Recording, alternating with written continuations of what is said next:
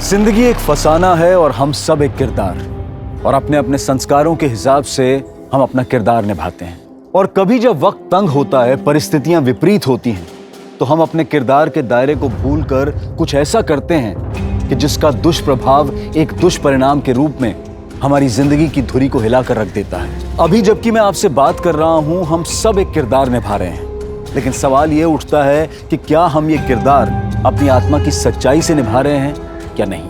नमस्कार, आदाब।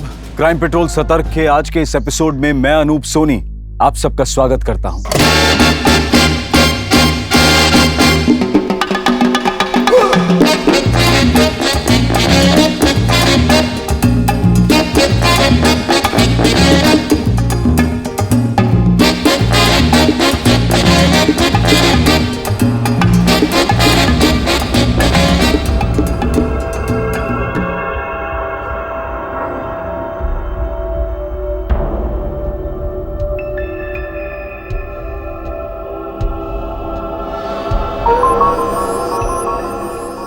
दादा, मैंने सोचा शॉट से पहले सर को Don't say anything. Just bite.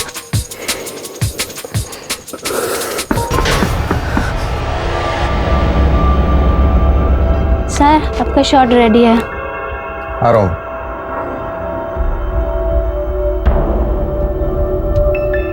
Shot ready है बेबी। सेट पे मिलते हैं।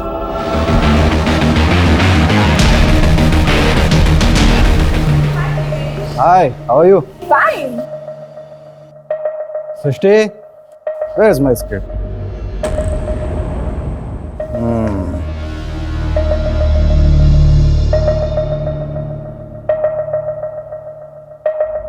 मम्मी जी, यार आपको माँ के रोल में किसने कास्ट किया? यार so hot. पीना। I'm ready, sir. मम्मी जी, मारता हूँ। Roll camera, action. मम्मी जी, आप जैसा कहेंगी वैसा ही होगा। मैं श्याम के अंडर काम करने को तैयार हूं। बस एक बार अपने मुंह से बेटा बोल दीजिए। मुझे भी श्याम की तरह अपने मुंह से बेटा बोल दीजिए। फिर देखिए, आपका ये बेटा आपके सपनों के लिए अपना खून पसीना एक कर देगा। सिर्फ एक बार मुझे बेटा बोल दीजिए। माँ, माँ, माँ। कट। Mind blowing shot. कमाल का एक्टर हो Devash. Very good, very good. I know. अरे अगला शॉट क्या है? पीआर वाली ने इंटरव्यू के लिए जर्नलिस्ट भेजा है। देवेश जी, इस महीने आपको 10 साल पूरे हो गए टीवी इंडस्ट्री में, और इस 10 सालों से आप लगातार काम कर रहे हैं। आप कुछ कहना चाहते हैं? क्योंकि देवेश शर्मा यानी मैं कमाल का एक्टर, और सिर्फ 10 साल क्या, अगले 40 साल तक मैं यहीं रहने वाला हूँ। आपकी वाइफ साचिका शर्मा, वो भी शायद एक्टर थी ना? क्या वो फिर से एक्टिंग नहीं करना चाहती? करना चाहती है, लेकिन इतना आसान नहीं होता, क्योंकि इस प्रोफेशन में केवल बेस्ट नहीं, दी बेस्ट होना पड़ता है।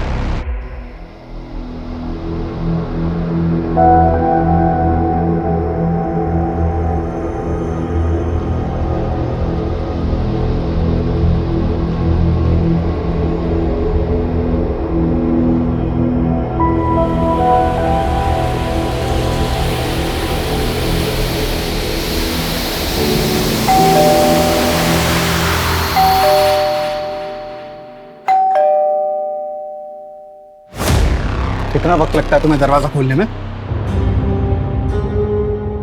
दिवेश, मैं तुम्हें सुबह से फोन कर रही हूँ। बिजी था। तुमने मेरे लिए बात की। 6 महीने से बोल रही हूँ मुझे दोबारा काम शुरू करना है। टाइम नहीं मिला। दिवेश, मेरी बात तो सुनो। दिवेश, आई नीड योर हेल्प। 6 साल से मैंने कोई काम नहीं किया है। अपने लोगों से बात करके मुझे एक रोल तो दिला दो। क्या बोलूंगा लोगों को? भीख मांगू उनके पास जाके कि मेरी बीवी को काम दे दो? हर दूसरी लड़की को तो रेफर करते हो तो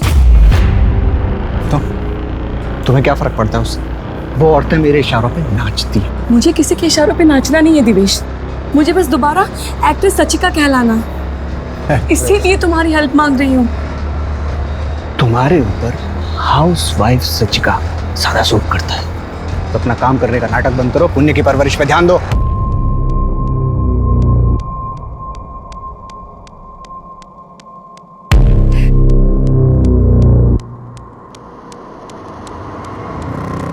सच्ची का बेटा, बेटा मेरी मानो तो तुम एक बच्चा और कर लो, देखना सब ठीक हो जाएगा।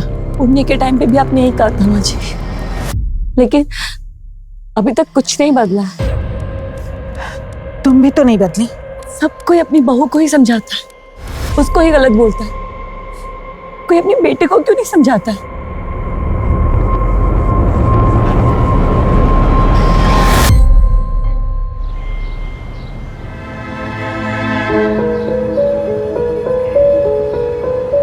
पापा, मम्मी, मैंने ड्राइंग बनाई है।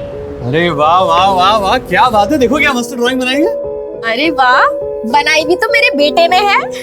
अनुष्का देख, घर में कितनी अच्छी ड्राइंग बनाई। 100 out of 100। और इसके लिए तुम्हें मिलता है ये चॉकलेट। इसे मैं अकेला नहीं खाऊंगा, इसके 4 पीस करके दो।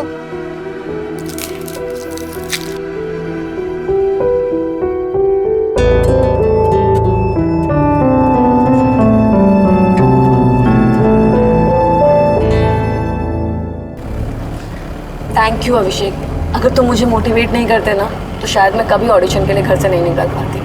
अब तुम वापस प्रॉपर रूटीन में आ जाओ और अपनी हेल्थ और डाइट दोनों का ध्यान रखो। पहले स्ट्रेस फ्री हो जाऊं, फिर हेल्थ और डाइट सब हो जाएगा।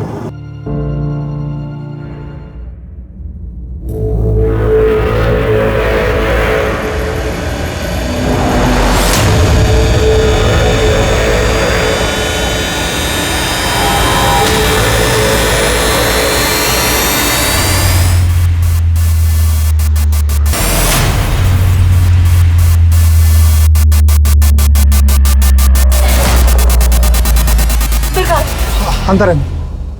कब आया ये? कल रात 12 बजे मैडम। इसे तो बहुत तेज बुखार है, डॉक्टर को दिखाया तुमने? काढ़ा पिलाया था मैडम। मैडम चलो उठाओ इसे, चलो डॉक्टर के पास लेके चलो। लेकिन मैडम आपका ऑडिशन बाद में हो जाएगा, चलो आराम से।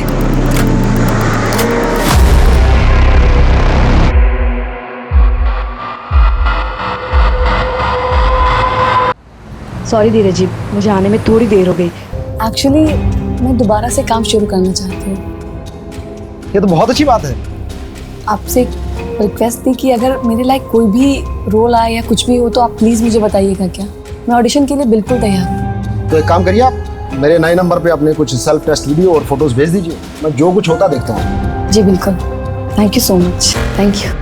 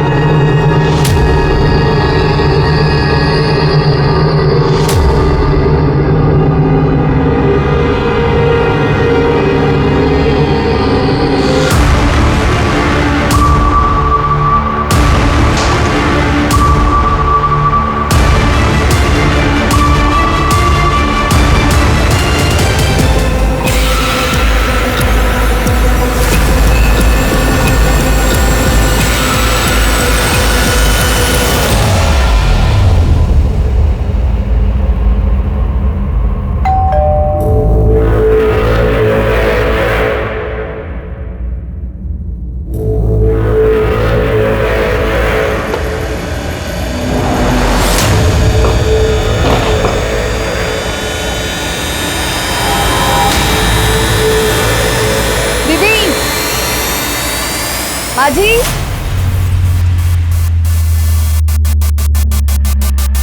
माजी,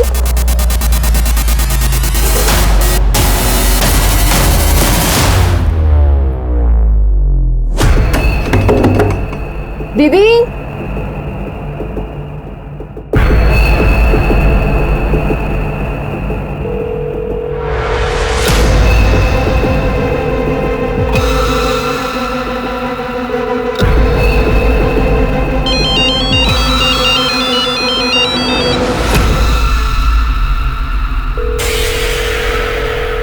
माँ जी आप कहाँ पर हो? मैं और पुण्य तो मेरी बहन के घर पर है। माँ जी आप जल्दी घर आ जाओ। वो मैडम के कमरे में ना मेन डोर वाला ताला लगा है, जबकि फोन अंदर बज रहा है और मैडम जवाब भी नहीं दे रही है।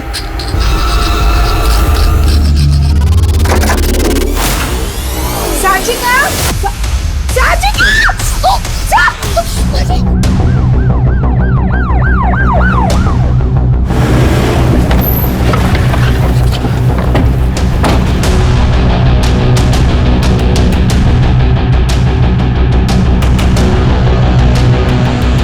ये देखिए सर, बहुत ही ब्रूटल मर्डर है। फॉरेंसिक टीम को बुला, फोटोग्राफ्स को बुला, और देखो घर में कोई चोरी हुई है क्या? जी सर। सर घर में कोई फोर्स एंट्री के निशान नहीं है। और सर ये जो ताला है जो मेन दरवाजे पे बाहर से लगता है वो इस दरवाजे पे लगाया था, ऐसा मेड ने बताया।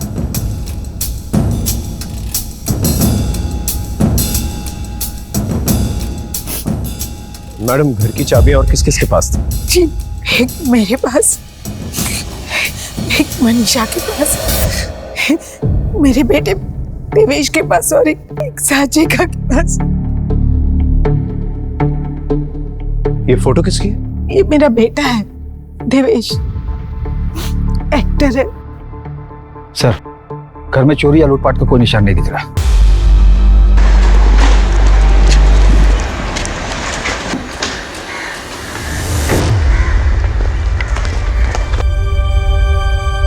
कहाँ जा रहे हैं आप? आप अंदर नहीं जा सकते। मेरा घर है ये। माँ, माँ, देवेश, देवेश साचिका। क्या हुआ? साचिका,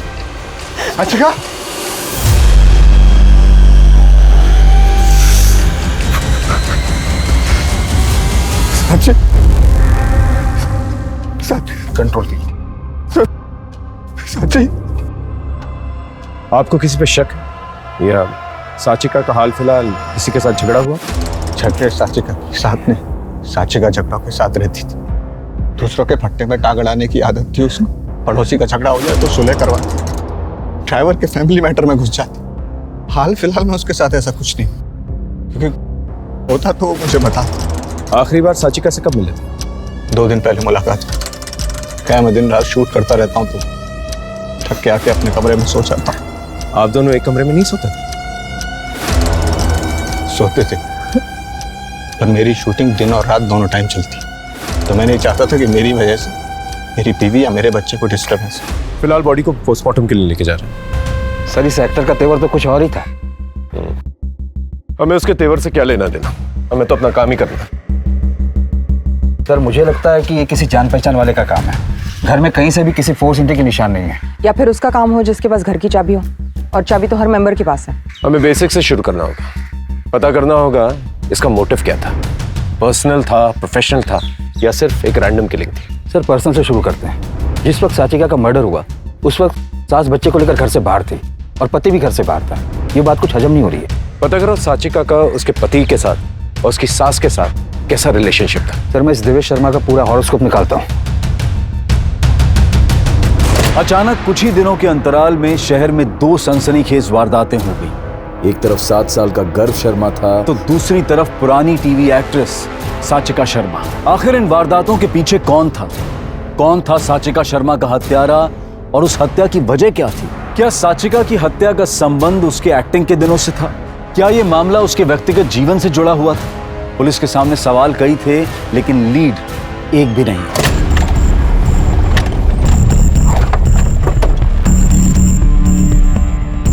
क्या हुआ साहब? मनीषा कहाँ है? क्या हुआ साहब? अपने साहब और मेम साहब के बारे में बताइए। उनके बीच आपस में संबंध कैसे थे? ज्यादा तो कुछ नहीं जानती, लेकिन साहब और मेम साहब के बीच रोज चिकचिक होती रहती थी।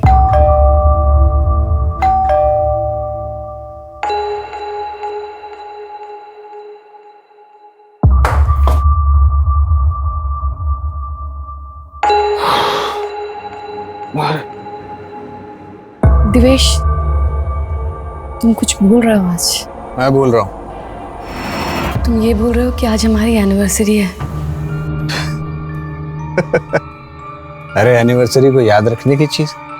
मैंने हम दोनों के लिए स्पेशल केक बनाया है, एटलीस्ट वो तो कट कर लो। एक वो मनीषा के साथ काटो। तुम भी खाना और उसको भी खिला देना। मैं थक गया हूँ, मैं सोने जा रहा हूँ। ऐसे नाटक घर में रोज होते थे। इन सब में देवेश की माँ का क्या रिएक्शन था? बेटा खुश नहीं होगा तो माँ तो दुखी रहेगी ना। अब जाते। हाँ सर, हाँ मैं यहाँ से। हे, तूने कुछ बताया तो नहीं ना? नहीं रे, उनको कोई शक नहीं हुआ। चल उन लोग को चाय बना के पिला। सर, मेरा नाम नहीं आना चाहिए, लेकिन देवेश एक नंबर का लूज करेक्टर आदमी। वो सेट पर हर किसी के साथ फ्लर्ट करता है। मैंने उसकी वाइफ साचिका को भी डायरेक्ट किया था। वो उससे अच्छी एक्टर थी, लेकिन देवेश उससे जलता था, उसे आगे नहीं बढ़ने देता था, दबा कर रखता था। आज भी आपकी नाइट शिफ्ट है? Night shift? मैं तो कभी नाइट शिफ्ट करता ही नहीं। पर मेरी शूटिंग दिन और रात दोनों टाइम चलती है। एक्चुअली जो सारा शूट है ना स्टूडियो में हो जाता है, तो नाइट शिफ्ट करने की जरूरत ही नहीं पड़ती। ठीक है, आप जा सकते हैं। Thank you. अरे शिफ्टिंग हुई कि नहीं? अरे जल्दी करो यार। हाँ सर, सर एक नई इंफॉर्मेशन मिली है। एक्शन। हाँ तो चंदन सिंह, जिस रात आपकी पत्नी का खून हुआ आप कहाँ थे? इतनी बार आपको बता चुका हूं, मैं अपनी जॉब पर था। झूठ बोल रहे हैं आप। अगर आप काम पर थे तो आपके घर के बगल में जो मेडिकल स्टोर है उसकी सीसीटीवी में आपकी गाड़ी कैसे आई? सबूत है हमारे पास। कट। Very good. हाँ, मेरा पैकअप उस रात 10 बजे ही हो गया था और अगले दिन का सीन रिहर्स करने के लिए मैं अपनी को स्टार राधिका के साथ था। और ये भी हमारी शूटिंग का हिस्सा होता है, तो मैंने अलग से आपको नहीं बताया। मैंने सिर्फ इतना कहा कि मैं शूट पे था। आप एग्जैक्टली कहाँ थे? मर्ड इंटरनेशनल होटल। आप चाहें तो राधिका से पूछ सकते हैं और होटल में पता कर सकते हैं। वो तो हम करेंगे ही। एक मिनट, आपकी टोन से ऐसा लग रहा है कि आप मुझ पर शक कर रहे हैं। मैंने अपनी बीवी खोई है और चोरी हुई है अलग से। आपको पता है मेरे घर में क्या क्या चोरी हुआ है? ये लिस्ट, 2 लैपटॉप, एक आईपैड, एक स्मार्ट स्पीकर। आपने ये सारी बातें पहले क्यों नहीं बताई हमें? जब मुझे पता चला तो मैंने आपको बताया। अगर आप इसी तरह मेरे पीछे पड़े रहेंगे तो उस मुजरिम को कैसे पकड़ेंगे जो बाहर है? अब मैं चलूं? लोग मेरा वेट कर रहे हैं। सर ये तो बहुत शाना है। शाना है या शाना बन रहा है ये पता लगाना होगा। इसकी स्टेटमेंट को वेरीफाई करो और इसने जो भी लिस्ट दी है ना चोरी की, उसे अपने नेटवर्क में सर्कुलेट करो। और क्या नाम है इसकी को एक्टर का? राधिका। उसे पूछताछ के लिए मिलो। सर, देवेश ने जिस होटल मर्ड इंटरनेशनल के बारे में बताया था उसके सीसीटीवी फुटेज को चेक किया हमने। देवेश की सारी इन्फॉर्मेशन सही है सर। इसका मतलब जब साचिका का मर्डर हुआ, देवेश और राधिका ने तकरीबन रात को 11 बजे होटल में एंटर किया था, फिर अपने कमरे में चले गए थे और सुबह 8 बजे कमरे से बाहर निकले और 8:30 बजे देवेश हमें घर पे मिला। मैंने राधिका को पूछताछ के लिए बुला लिया है, वो आ चुकी है। सर, देवेश उस रात मेरे साथ ही थे। क्या कर रहे थे?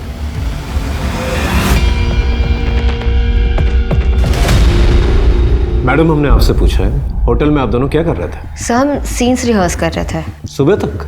नहीं सर, हम काफी थक गए थे तो हम वहीं सो गए। सुबह जब देवेश को कॉल आया तो हम वहां से निकल गए। मैडम, आपके बारे में पता क्या है? आप काफी एम्बिशियस है। कहीं ऐसा तो नहीं कि देवेश शर्मा की फैमिली को अनसेटल करके खुद उसकी फैमिली के साथ सेटल होना चाहती थी, इसलिए साचिका शर्मा को अपने रास्ते से हटा दिया? सर, आप गलत समझ रहे हैं। देवेश ने मुझे काम दिलवाया था, इसलिए उसका कुछ भी काम मैं टालती नहीं थी। ठीक है, आप जा सकते हैं। Thank you sir. ये देवेश शर्मा और राधिका पांडे भले झूठ बोल रहे हो कि होटल में क्या कर रहे थे, लेकिन एक बात सच है कि जब साचिका का मर्डर हुआ देवेश शर्मा होटल में था। इससे एक बात क्लियर हो जाती है कि उसने अपनी पत्नी को तो नहीं मारा, लेकिन मरवा जरूर सकता। उसके कॉल रिकॉर्ड निकलवा। जी सर। अरे अभी तक हुआ नहीं, कितना टाइम लगा रहा है? बस हो गया। जल्दी कर। जल्दी।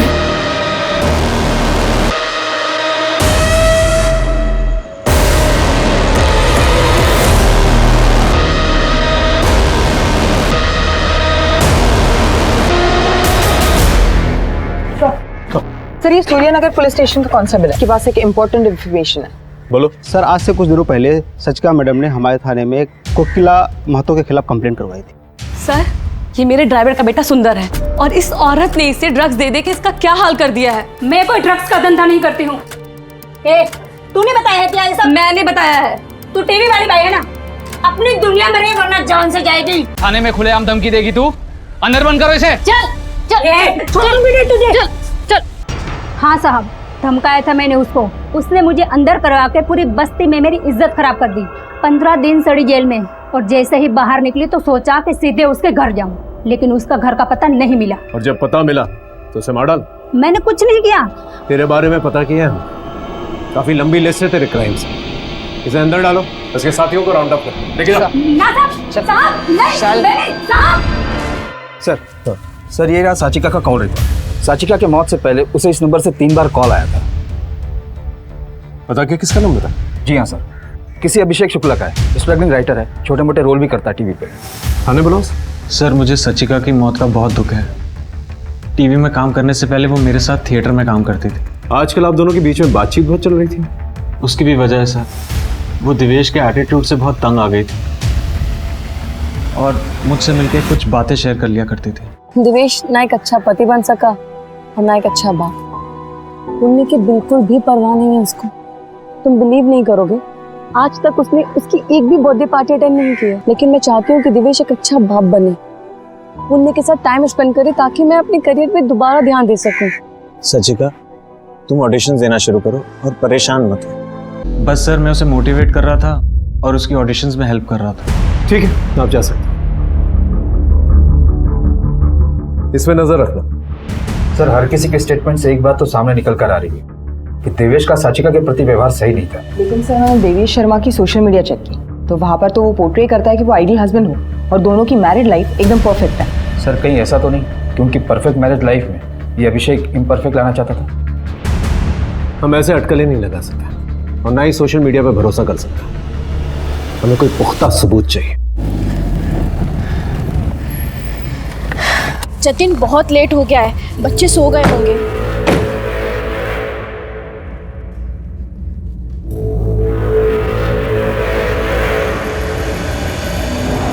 गर्व,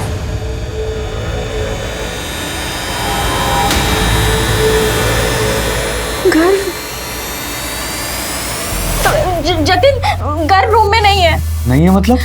हाँ, इधर देखते हैं। गर्व, संभाल के। जतिन, गर्व, गर्व, गर्व, गर्व। अनुष्का, अनुष्का उठो बेटा। बेटा गर्व कहाँ है? यही था मम्मा। चलो चलो बाहर चलो। गर्व, गर्व, गर्व। मैम, ये है कास्टिंग डायरेक्टर धीरज शर्मा, जिसने मुझे गलत तरीके से छुआ और मेरे साथ जबरदस्ती करने की भी कोशिश की। वो पुरानी एक्ट्रेस साचिका शर्मा, उसको भी कॉम्प्रोमाइज करने के लिए फोर्स कर रहा था। धीरज, तुम जानते हो नागर के काम करने का तरीका मुझे बिल्कुल मंजूर नहीं है। अरे साचिका जी, नागर साहब अकेले इंसान हैं जो आपके 6 साल के गैप के बाद भी ना आपको काम देने के लिए तैयार है। मैं तो कहता हूँ आज शाम को आप उनसे मिल लो। तुम ऐसी घटिया बातें करनी है ना तो दोबारा मुझे कॉल मत करना। अरे साचिका जी, सोच लीजिए, नागर साहब का खुला ऑफर है, पर डे जो आप चाहो और पर नाइट। दोबारा ये बकवास मत करना।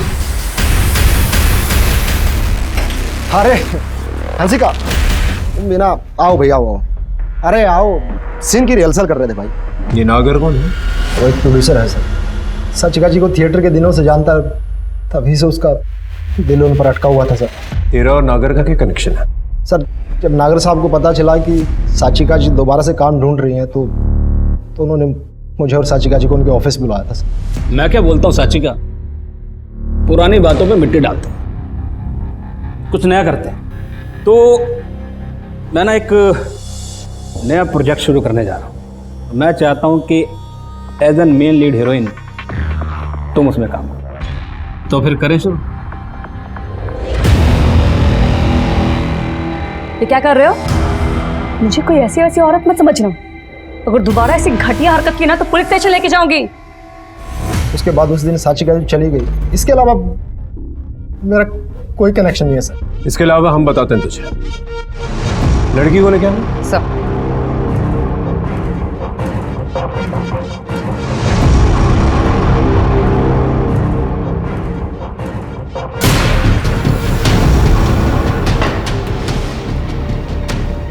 सर इसके खिलाफ सेक्सुअल असॉल्ट, मोलेस्टेशन और intent to outrage of women's modesty का एक नया केस है।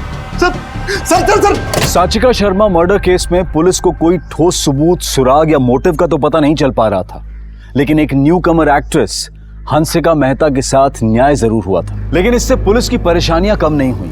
साचिका शर्मा का पति देवेश शर्मा मीडिया में अपनी प्रेजेंस और नेताओं में अपनी पहुंच का भरपूर फायदा उठाकर पुलिस की छवि को नीचा दिखाने की पूरी कोशिश कर रहा था। लेकिन इन्वेस्टिगेशन कर रही टीम को उसकी अटैकिंग टेक्निक अपने आप को डिफेंड करने की टेक्निक लग रही थी। फॉरेंसिक टीम को भी कुछ नहीं मिला? नहीं सर, ना ही किसी के फिंगरप्रिंट्स मिले और ना ही क्राइम स्पॉट पर कोई वेपन मिला। मोबाइल लोकेशन डिटेल भी क्लीन है सर। देवेश शर्मा के यहाँ जो चोरी हुई थी उसका क्या हुआ? सर मैंने मार्केट में अपने इन्फॉर्मर को भेजा है लिस्ट देकर, लेकिन अभी तक हाथ में कोई सुराग नहीं लगा है। सर मैं साचिका शर्मा के सोशल मीडिया प्रोफाइल चेक कर रही थी। देवेश शर्मा की को एक्टर राधिका पांडे के पति मोहित के साथ साचिका के कुछ मैसेजेस एक्सचेंज हुए हैं। मोहित और साचिका के बीच में ये जो बातचीत हुई, इसे देखकर तो लगता है जैसे राधिका और देवेश के बीच में जो अफेयर था, इसके बारे में साचिका को पता था। मुझे शक है कि देवेश और राधिका के बीच में अफेयर है। ये बात मैंने राधिका को बताई तो उसने मुझे मना कर दिया। देवेश से क्यों कन्फ्रंट किया? देवेश से मैं कैसे कन्फ्रंट कर सकता हूँ?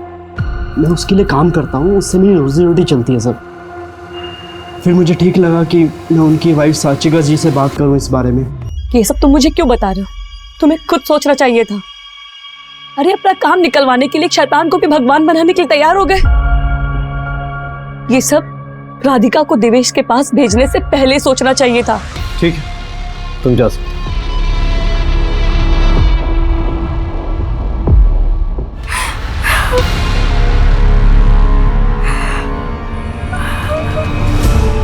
ये मम्मी, ये तू, ये मैं और ये पापा। अरे तूने मेरी चोटी ऐसी क्यों बनाई? ऐसी बनाते हैं, इसमें तो क्यूट लगती है।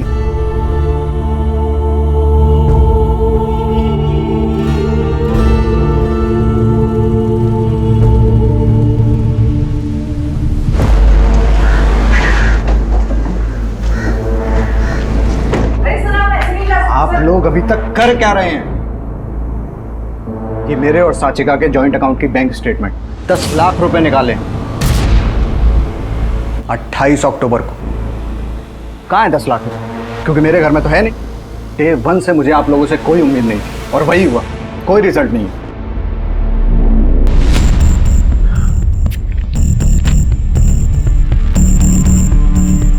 ये जो पैसे विड्रॉ किए गए हैं उन नोटों के सीरियल नंबर के बारे में पता करो और अपने नेटवर्क में सर्कुलेट करो। सर ये देवेंद्र शर्मा की नौकरानी के पड़ोसी है। साहब मैंने मनीषा और उसके मर्द को 3 दिन पहले घर से बाहर जाते हुए देखा था। मैंने सोचा वापस आ जाएंगे, पर वो वापस नहीं आए। सोचा आपको बता दूं। सर वो मनीषा की मैडम का मर्डर हुआ था ना। हो सकता है मर्डर का कारण चोरी हो। साचिका ने अपने बैंक अकाउंट से 10 लाख रुपए विड्रॉ किए। शायद ये बात मनीषा को पता चल गई हो और उसने पति की मदद से पहले पैसे चुराए और फिर साचिका का मर्डर करके बाहर से ताला लगाकर चली गई और सुबह आकर ऐसे बिहेव किया जैसे कि सब कुछ नॉर्मल है। मनीषा के घर की तलाशी लो और मनीषा और उसके पति के फोटोग्राफ्स अपने खबरी नेटवर्क में सर्कुलेट करो। Right sir. पुलिस के शक के दायरे में अभी बहुत से लोग थे। साचिका शर्मा का पति देवेश शर्मा, साचिका का पुराना दोस्त Abhishek Shukla, producer Narang, drug peddler Kukli, नौकरानी मनीषा, उसका पति जयदीप और देवेश शर्मा की को एक्ट्रेस राधिका पांडे। लेकिन पुलिस के पास किसी के भी खिलाफ कोई पुख्ता सबूत नहीं था। पुलिस की परेशानियां बढ़ती चली जा रही थी और ऐसे में इस केस से जुड़ा एक नया एंगल सामने आया। सर साचिका शर्मा के बारे में एक नई इंफॉर्मेशन सामने आई है। उन्होंने चाइल्ड एजुकेशन प्लान लिया था जिसमें नेम और डेट ऑफ बर्थ की जगह उनके बेटे पुण्य का नहीं बल्कि किसी गर्व शर्मा का नाम है। गर्व शर्मा? अब समझा, ये वही बच्चा है। कौन बच्चा? जब साचिका काम करती थी तो एक टीवी शो में उसने गर्व की माँ का रोल किया था। गर्व उस वक्त बहुत छोटा सा था और माँ का रोल करते करते उससे बहुत लगाव हो गया। तब से उसके टच में थी। देवेश, मेरे पास एक फोन आया था। किसका? वो गर्व शर्मा याद है तुम्हें? उसको किसी ने किडनैप कर लिया। उसी के किडनैपर का फोन आया था। क्या? तुम्हें? वो लोग मुझसे बच्चे को छोड़ने के लिए रैंसम मांग रहे हैं। अरे तो ये मैटर पुलिस में रिपोर्ट करो ना। नहीं, उन लोगों ने कहा कि अगर मैं पुलिस को कुछ भी बताया तो उसे जान से मार देंगे। तो उसके माँ बाप को बोलो। तुम्हारा बच्चा है क्या? अगर पुण्य पे ये मुसीबत आई होती तब भी तुम यही बोलते। मैंने इसके साथ कितना काम किया है देवेश। तो मैंने भी कई लड़कियों के साथ काम किया, तो जिसको परेशानी सबको अपने घर ले आऊं मैं। देवेश, ये बात आपने हमसे पहले क्यों नहीं बताई? सर मैं खुद इतने स्ट्रेस में था, मैं भूल गया। और मुझे लगता है कि ये किडनैपिंग ही सचिका की मौत का कारण है। गर्व शर्मा के फैमिली डिटेल्स हैं आपके पास? नहीं। अच्छा सर, अब मैं देख लूँगा, शूट पे जाना है। Thank you. एजुकेशन पॉलिसी से गर्व शर्मा के डिटेल्स पता करो और साचिका शर्मा के कॉल रिकॉर्ड्स को दोबारा चेक करो। देखो कोई अननोन नंबर से कॉल आए थे, और आसपास के पुलिस स्टेशन से पता करो किसी 8 साल के बच्चे की किडनैपिंग का केस रजिस्टर हुआ है क्या।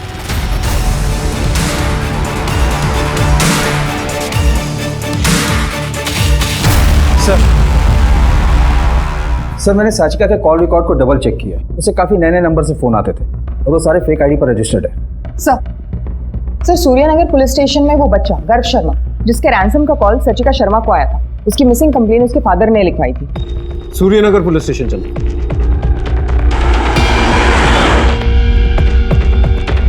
सर 26 अक्टूबर को गर्व की किडनैपिंग की रिपोर्ट उसके फादर ने लिखवाई थी। ठीक है, एफआईआर लिख ली हमने। जैसे कुछ पता चलेगा तुरंत इन्फॉर्म करते हैं आपको। हाँ प्लीज जल्दी कुछ कीजिए। सर फिर 5 नवंबर को हमें गर्व की लाश मिली है जंगल से। गर्व के माँ बाप से मिल सकता है?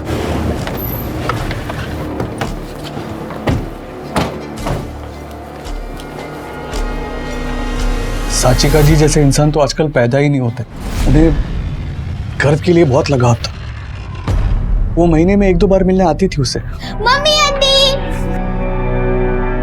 ये देखो मैं तुम्हारे लिए क्या लाई हूँ। गर्व की मिसिंग की बात मैंने ही उन्हें बताई थी, और फिर 28 अक्टूबर को उनका मुझे फोन आया था। गर्व का पता चल गया है, उसको किसी ने किडनैप कर लिया। उसी के किडनैपर का फोन था रैंसम के लिए। हाँ तो मैं ये बात पुलिस को बता देता हूँ। नहीं, पुलिस को बताने की कोई जरूरत नहीं है। उससे गर्व की जान को खतरा हो सकता है। मैं सब कुछ हैंडल कर लूंगी, आप सब मुझ पे छोड़ दीजिए। हम उन्हें परेशान नहीं करना चाहते थे, इसीलिए 2 दिन तक उनके फोन का वेट करते रहे, और फिर हमने देखा कि न्यूज में उनकी मौत हो चुकी है। उनकी मौत के बाद आपको ये सारी बातें पुलिस को बतानी चाहिए थी। सर हम तो वैसे ही गर्व की मौत को लेकर परेशान थे, और जब तक हम बताने की सोचते तब तक तो हमें गर्व की लाश मिल गई। साचिका जी की जगह अगर किडनैपर्स ने मुझे फोन किया होता तो शायद साचिका जी। सर ये केस बहुत ही पेचीदा हो गया है। इसका मतलब ये रैंसम सिर्फ एक कवर अप था। सर गर्व की किडनैपिंग और साचिका को रैंसम का कॉल आना कहीं साचिका के मर्डर के लिए बुना हुआ जाल तो नहीं था? 2 मर्डर्स हुए, कुछ भी हो सकता है। गुरु शर्मा का जो केस है आप ऑफिशियली हमें हैंड ओवर कर दीजिए, और कोई भी क्लू मिले, इन्फॉर्मेशन मिले, हमें इन्फॉर्म कीजिए।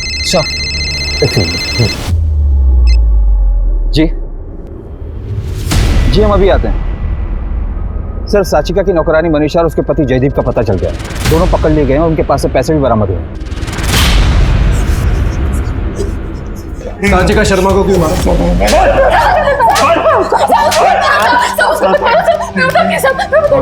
हमने कोई मर्डर नहीं किया, हमने सिर्फ पैसा चुराया सब। मेरी मैडम को ना पैसा छुपा कर रखते हुए देख लिया था सब। मैं उस दिन घर गई और उस घर में कोई नहीं था, तो मैंने इसे फोन किया सब। सुन आए तो जल्दी से एक बैग लेके मैडम के घर आ जा।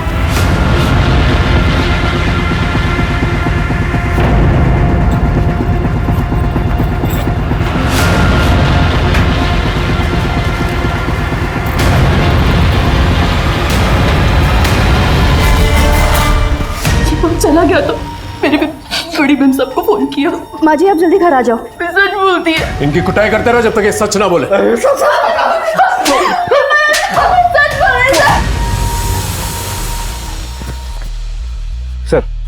सर 8 घंटे हो गए, जयदीप और मनीषा अपने बयान पर टिके हुए। सर हमने सारे नंबर्स वेरीफाई किए जिनसे साचिका शर्मा को रैंसम के लिए कॉल आया था। सर सारे फेक नंबर्स एक एड्रेस पर लिए गए थे अलग अलग नाम से।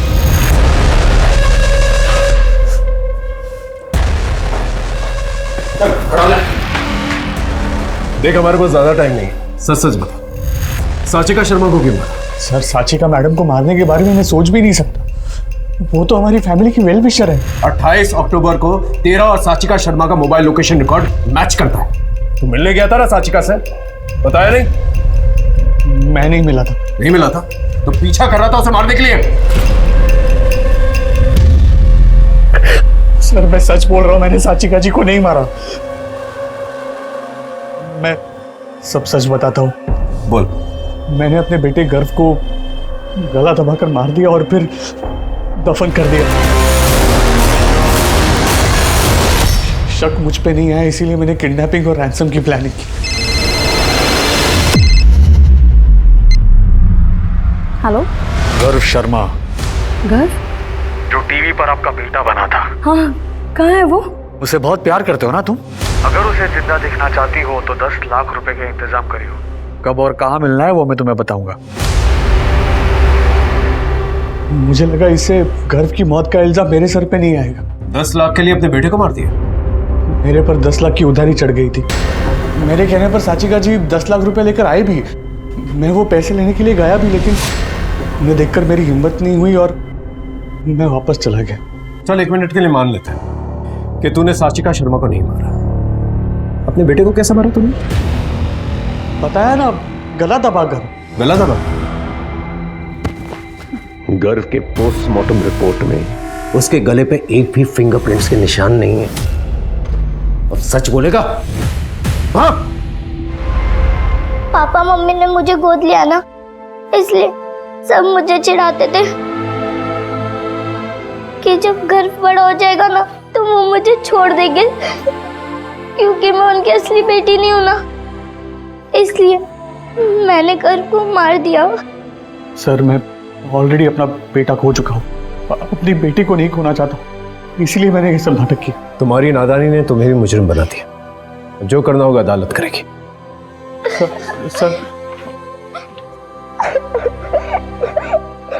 साचिका शर्मा के मर्डर को 2 महीने बीत चुके थे, लेकिन पुलिस किसी भी नतीजे पर नहीं पहुंच पाई थी। कातिल ने बड़ी चतुराई से साचिका शर्मा का मर्डर किया और पीछे कोई सुराग नहीं छोड़ा। और फिर एक चमत्कार हुआ।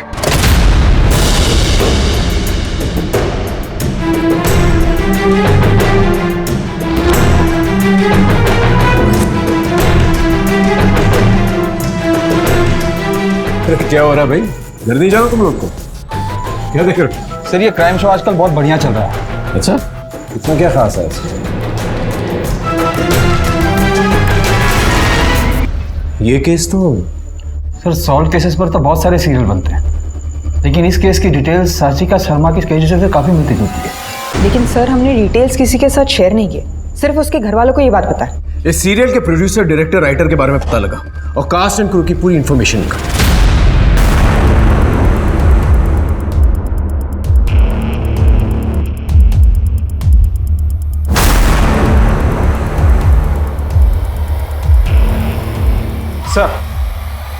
सर इस शो के कास्ट और फिल्म की सारी लिस्ट बनाई हमने। शो का प्रोड्यूसर फर्स्ट टाइम प्रोड्यूसर है और साचिका शर्मा के साथ उसका कनेक्शन भी है।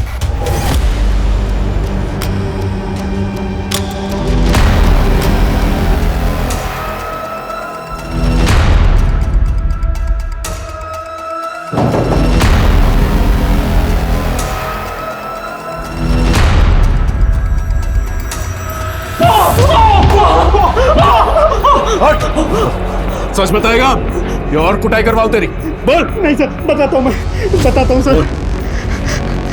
सर मैंने नहीं मारा, मैं बस अपने फ्रेंड की रिक्वेस्ट पूरी कर रहा था, इसलिए मैंने देवेश को बिना बताए उसकी चाबी से घर की डुप्लीकेट चाबी बनवा ली और साचिका को मारने का मौका तलाश करने लगा। और एक दिन मुझे पता चला कि साचिका घर में अकेली थी।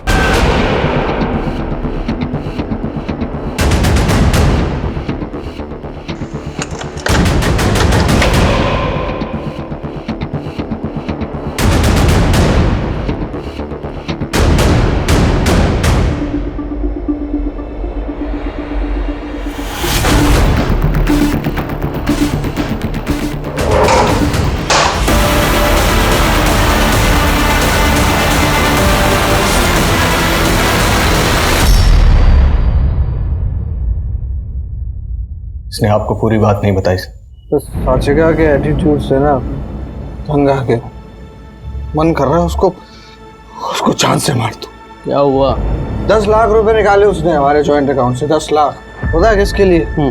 वो एक बच्चे की फिरौती देने के लिए जो उसके साथ टीवी शो में काम करता था कई साल पहले। मैं भी राधिका से बहुत परेशान हूँ। मैंने उसको बोला एक्टिंग करना है पर किसी के साथ सोना मत, नहीं मानी। अब आपको तो मैं छोड़ नहीं सकता ना, मेरी कमाई होती है आपसे, पर उसे तो मैं छोड़ सकता हूँ ना। एक काम करते हैं, मैं साचिका जी को मार देता हूँ, आप राधिका को मारता हो। सर मैंने अपना काम कर दिया साचिका जी को मार के। अब आप ये बताओ कि अब मेरी बीवी राधिका को रास्ते से कब हटा रहे हो? क्या तूने होश में है? तू क्या बकवास कर रहा है? अरे अपनी डील हुई थी ना, मैं साचिका जी को मारूंगा और आप राधिका को मारोगे। तो मैंने कब बोला? मुझे पता था कि आप रंग बदलोगे, इसलिए मैंने एक सेकंड ये वीडियो बनाई। एक काम करते हैं, मैं साचिका जी को मार देता हूँ, आप राधिका को मार। अरे बेवकूफ, नशे में बोला था वो, तूने सीरियस ले लिया? मैं पुलिस को फोन करके बताता हूँ कि तूने मर्डर किया। अरे जाओ जाओ बताओ, मैं भी ये वीडियो दिखाऊंगा, मेरे साथ ना आप भी फंसोगे। मैं डर गया था, मुझे लगा पुलिस को वो वीडियो मिलेगी तो वो मुझे गुनहगार समझेगी, मगर मैं सच कह रहा हूँ सर, वो सब मैंने सिर्फ नशे में बोला था। लेकिन इसने उसको सीरियस ले ली, मुझे बार बार फोन करके राधिका को मारने के लिए प्रेशर करने लगा। फिर उसके बाद गर्व शर्मा का मुद्दा है तो मुझे लगा आपका ध्यान उस तरफ भटक जाएगा और आप असली मुद्दे से भटक जाएंगे। मोहित पांडे, तेरी घटिया सोच का नतीजा है जुर्म। अब तुम दोनों अपनी अपनी सजा भुगतने के लिए तैयार हो जाओ।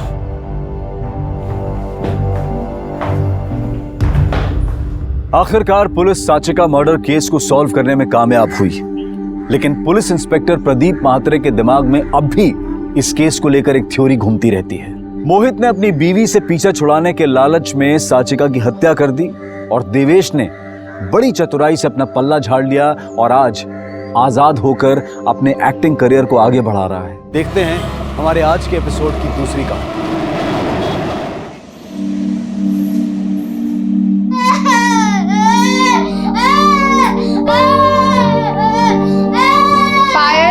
पायल हटो। क्या हुआ रिंकी? क्या हुआ? क्या हुआ? उठो। क्या हुआ? ये लोग मिलके आपको डरा रहे हैं? कुछ नहीं होगा, आप तो बहुत स्ट्रॉन्ग गर्ल हो ना। Rinki is a brave girl. अरे लगेगा अभी पता भी नहीं चलेगा। हो गया, फिनिश हो गया, हो गया, हो गया। पायल इन्हें उतार दो।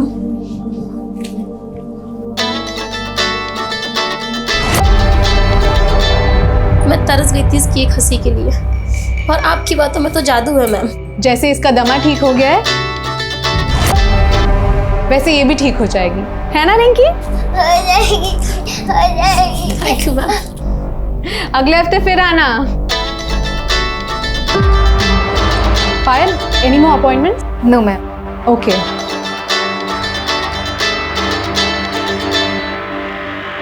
तुम थोड़ी देर वेट नहीं कर सकते क्या?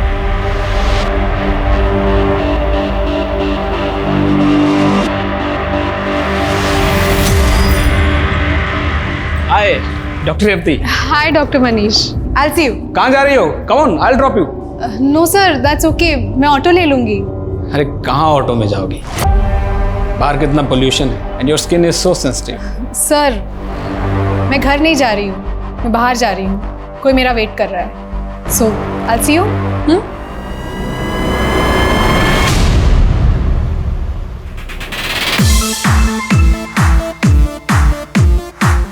हे भगवान, ये लड़की भी ना कभी नहीं मेरी बात सुनती। जसप्रीत,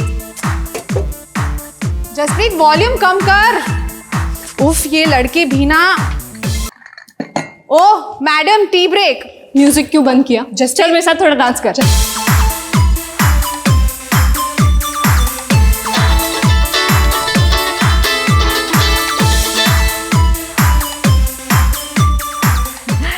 हेलो पापा, नमस्ते, कैसे है? इतना महंगा सामान भेजने की क्या जरूरत थी? अरे अब छोड़िए ना।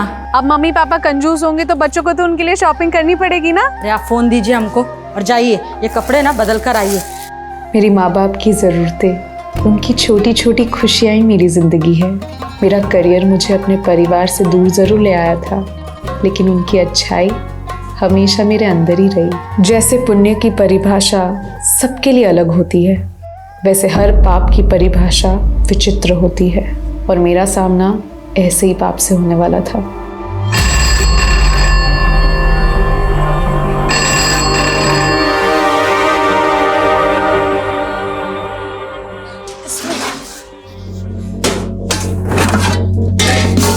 अरे इसमें भी नहीं है, चूहा खा गया। तुम लोग थोड़ा थोड़ा ये खा लो, जब पापा राशन लेके आएंगे ना तब।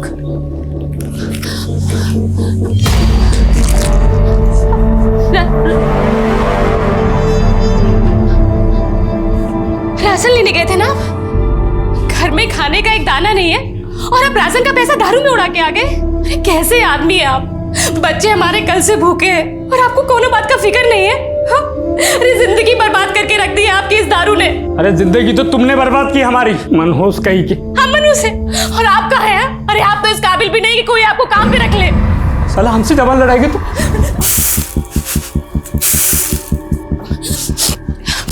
जमुनिया बहन, हमको 500 रुपए उधार दे दो बहन। हमारे घर में एक दाना नहीं है खाने को, हमारे बच्चे भूखे हैं। थोड़ा थोड़ा करके हम तुमको 2500 रुपया उधारी दे चुके हैं। अब अगर 1 रुपया भी हमने तुमको दिया ना तो हमारा आदमी हमको जान से मार देगा। पैसा नहीं तो बहन थोड़ा चावल दे दो, चीनी दे दो, हमारे बच्चे भूखे हैं कल से। हम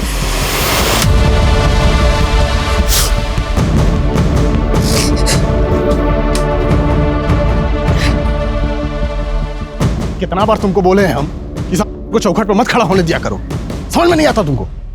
देखो सरस्वती, मुफ्त में दुनिया में कुछ भी नहीं मिलता है।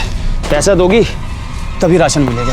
भैया हम आपकी दुकान में कोई भी काम कर लेंगे भैया।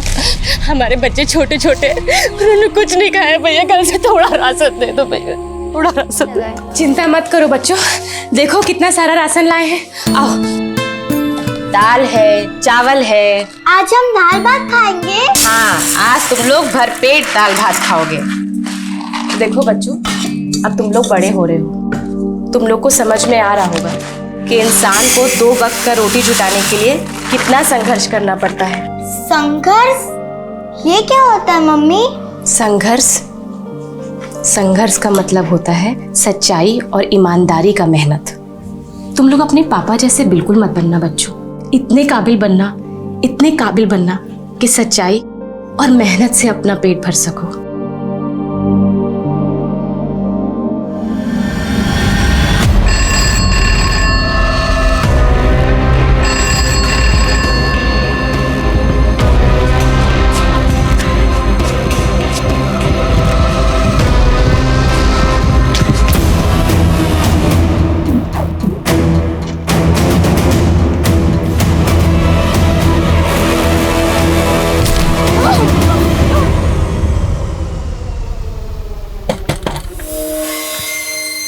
अरे क्या हुआ?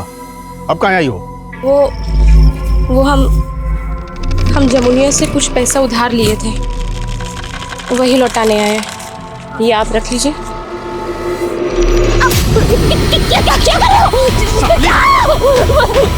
हमको जमुनिया क्या कर रहा? उसको अभागन बोल के आप हमको उसके साये से भी दूर रहने का बोले थे, और आप उसके साथ इतना गंदा हरकत कर रहे हैं। ज्यादा प्रवचन मत दे हमको। हट। प्रवचन नहीं दे रहे हैं, पत्नी है आपकी। अरे हट, पत्नी है साला, तुमको भी हम देख लेंगे और उसको भी। अरे अभी का नौटंकी है? अरे तुमको समझ में आ रहा है कुछ? पेट के बल लेटी हुई बच्चे का क्या होगा? पगल आ गई है जमुनिया। पता नहीं पैसे कहाँ छुपा के रखते थे। आजकल कहाँ गायब रहती तू? हाँ? चल क्या रहा है? घर में राशन बर्बादी, ऊपर से इतना पैसा लेके घूम रही। किसके साथ सो रही हो जो इतना पैसा दे रहा है? हम काम पर गए थे और आप हमारे ऊपर इतना गंदा लालचन लगा रहे। हम लालचन लगा रहे? हम देखिए, आपकी कमियों को भूल कर भी हम आपके संग रिश्ता निभा रहे और आप हमें कुछ भी कहते। अरे तुम ये आंसू बहा के अपनी गलती छुपा रही हो। काम नहीं, धंधा कर रहे हो तुम? बताओ। सरपंच जी, इसी मनहूस ने हमारी बीवी की जान ली है। पता नहीं क्या खिलाया जमुनिया को, उसने तभी तोड़ दी। नहीं सरपंच जी, हम तो जमुनिया को उधार लौटाने गए थे और ये आदमी। बस, पिछले महीने तो चंपक के घर गई थी, तब उसका बच्चा मरा और अब जोगिंदर की बीवी भी, जो पेट से थी। ये कोई संजोग नहीं है, ये तेरा प्रकोप का नतीजा है। ओझा जी ने जिस डायन का अंदेशा दिया था वो तू ही है, इसीलिए तुझे सजा देना जरूरी है, वरना तो एक एक करके हम सबका जान ले लेगी।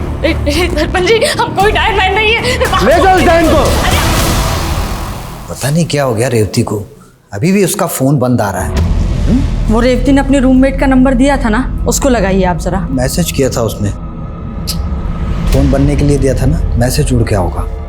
कितनी बार कहा है आपसे कि जरूरी नंबर डायरी में लिखा करिए।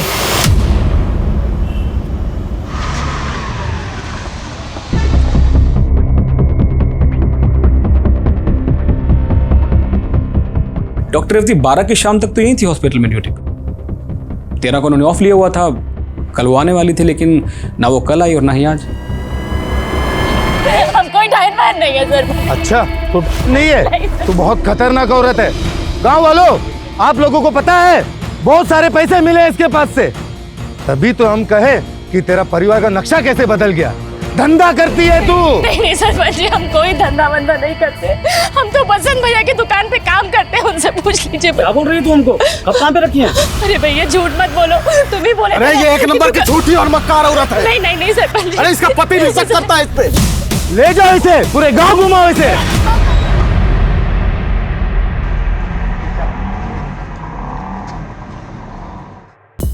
रेवती हॉस्पिटल से छुट्टी लेके गई थी, मतलब अपने मर्जी से गई होगी, आ जाएगी वापस। लेकिन साहब, रेवती का 4 दिन से फोन बंद आ रहा है। वो अपनी मर्जी से गई होती तो हम लोगों को बता के जाती। किसी लड़के वड़के के साथ चक्कर होगा और आप उस लड़के के खिलाफ होंगे, इसलिए वो भाग गई। नहीं साहब, ऐसा नहीं है, हमारी रेवती ऐसी नहीं है। आप रेवती की गुमशुदगी की रिपोर्ट लिख लीजिए बस। देखिए, आप हमें मत सिखाइए क्या लिखना है और क्या नहीं लिखना है। ऐसे केसेस रोज आते हैं यहाँ पे और आखिर में वही निकलता है, लड़का लड़की का चक्कर। शिंदे, नंबर लिहून घ्या यांचा।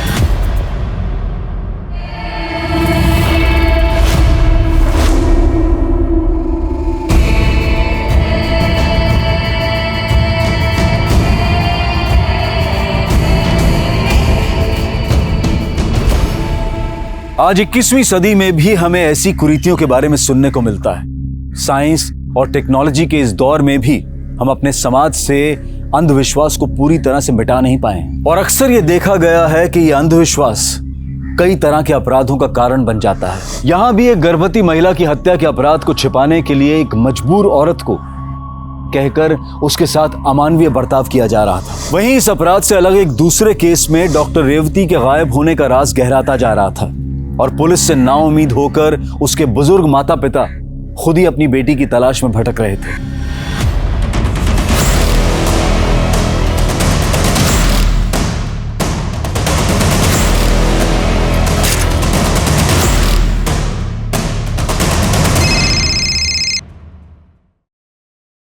हेलो,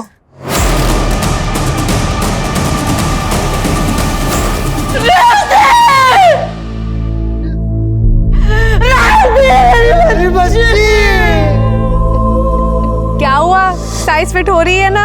अरे पीछे हटिए ना, दिखाइए तो बेटी को कितने अच्छे लग रहे हैं आप। ये देख। वाह, ये शूज तो आप पे कितने अच्छे लग रहे हैं और इन कपड़ों में आप कितने स्मार्ट लग रहे हो। बेटा वो तो ठीक है, तुमने अपने पापा के लिए तो सब भिजवा दिया, लेकिन अपनी माँ को भूल गई ना। मम्मी, ऐसा हो सकता है कि मैं आपको भूल जाऊं। आपके लिए भी सरप्राइज है, कल तक डिलीवर हो जाएगा। एक युवा डॉक्टर रेवती अपनी गुमशुदगी के 6 दिन बाद मृत पाई गई। रेवती के गायब होने की पहेली अब हत्या की एक चौंकाने वाली गुत्थी बन गई थी, जिसने उसके माता पिता को तोड़कर रख दिया था। और ऐसे कई सवाल थे जिनके जवाब ढूंढना आसान नहीं था। सरपंच जी, पहले आपका हक है, जाइए निकालिए भड़ास।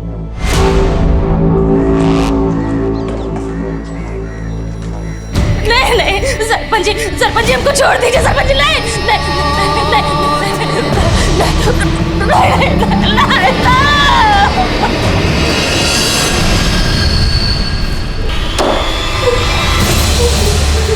अब देख क्या है हम।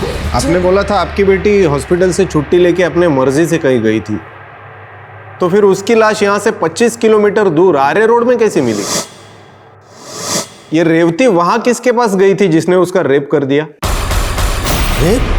हाँ, रिपोर्ट में तो वही लिखा है। फिलहाल उसकी लाश आपको सौंप रहे, यहाँ पे साइन कर दीजिए। आप लाश को सौंप के केस को रफा दफा करना चाह रहे हैं? मैं ये लाश तब तक नहीं लूंगा जब तक आप दोषी को ढूंढ नहीं लेते। मुझे इंसाफ चाहिए। रेवती के पिता के इस कदम से जल्द ही ये केस मीडिया में छा गया और पुलिस महकमे में गहमा गहमी का माहौल पैदा हो गया, जिसके बाद खुद डीसीपी को इस केस में उतरना पड़ा। डॉक्टर रेवती के माता पिता की गुहार पर जल्द ही ये केस क्राइम ब्रांच को सौंप दिया गया। सेकंड पोस्टमार्टम रिपोर्ट में भी यही मेंशन है, 12 अगस्त को, और आर्य रोड को उसकी बॉडी मिली 18 अगस्त को। और विक्टिम की बॉडी पर कोई डीएनए नहीं मिला। सर, विक्टिम के पेरेंट्स के मुताबिक हॉस्पिटल वालों ने उन्हें बताया था कि रेवती हॉस्पिटल का सारा काम खत्म करके 12 अगस्त को वहीं से शाम को निकली थी। हॉस्पिटल से शुरू करें। विक्टिम के पेरेंट्स बाहर अपनी बेटी को इंसाफ मिलने का इंतजार कर रहे हैं। I think we should start with them.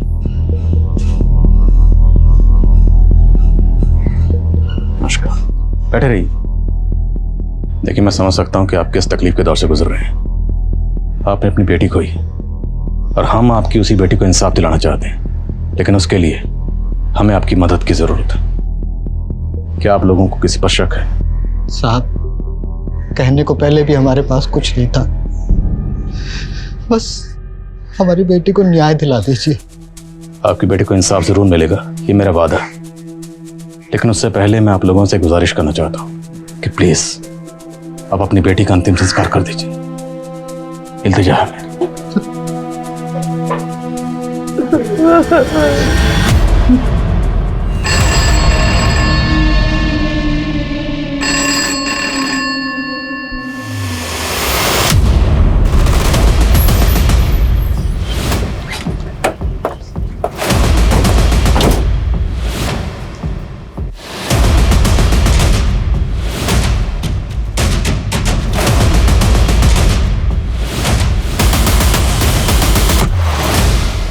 तक जो कुछ भी हुआ उससे हम सब भी हैरान हैं।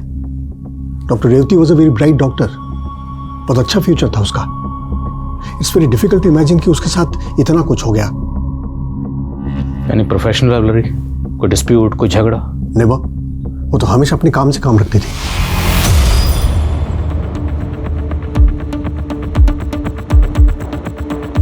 सर, ये 12 अगस्त की फुटेज है, जिस दिन डॉक्टर रेवती को यहाँ आखिरी बार देखा गया था।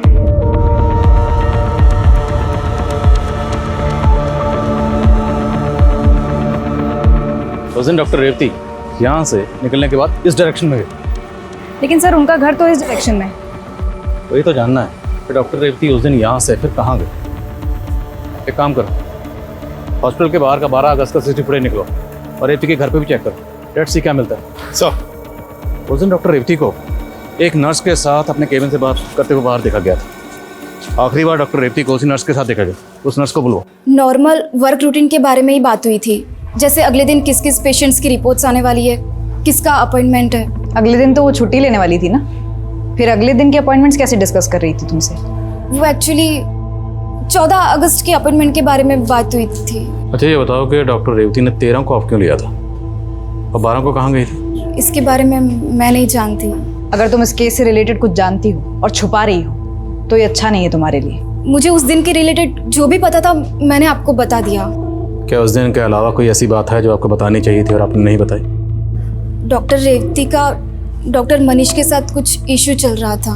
तुम्हें तुम्हारी औकात दिखाने में, तुम्हें नीचा लाने में कोई बात नहीं। पता नहीं क्या समझती अपने आप, सीनियर जूनियर का कोई फर्क ही नहीं है। तो आपको लगता है कि डॉक्टर मनीष ने डॉक्टर रेवती के साथ? नहीं सर, मेरे कहने का ये मतलब नहीं था, पर हाँ, डॉक्टर मनीष की नीयत डॉक्टर रेवती को लेकर कुछ ठीक नहीं थी। डॉक्टर मनीष कहाँ है? जब रेवती के पेरेंट्स आए थे उसके बाद ही वो लीव पर चले गए।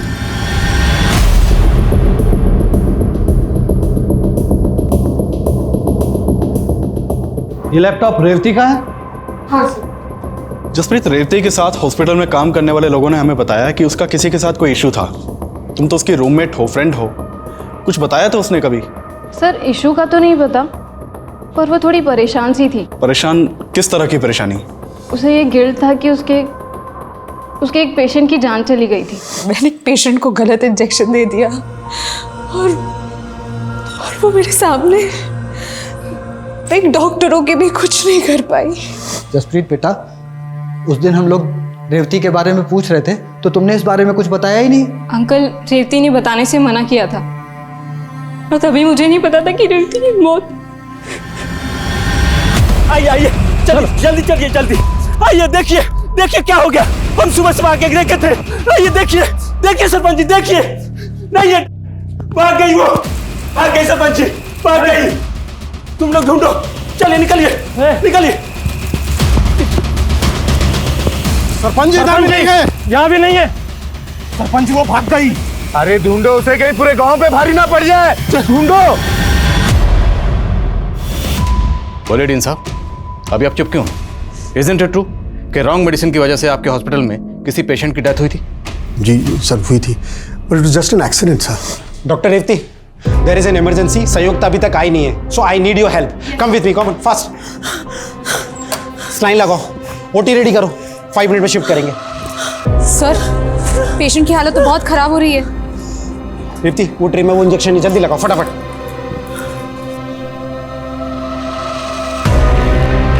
संयुक्ता कहाँ थी तुम यार?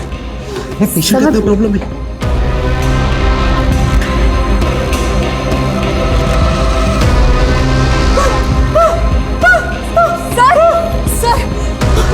ऑक्सीजन दो रेवती जल्दी।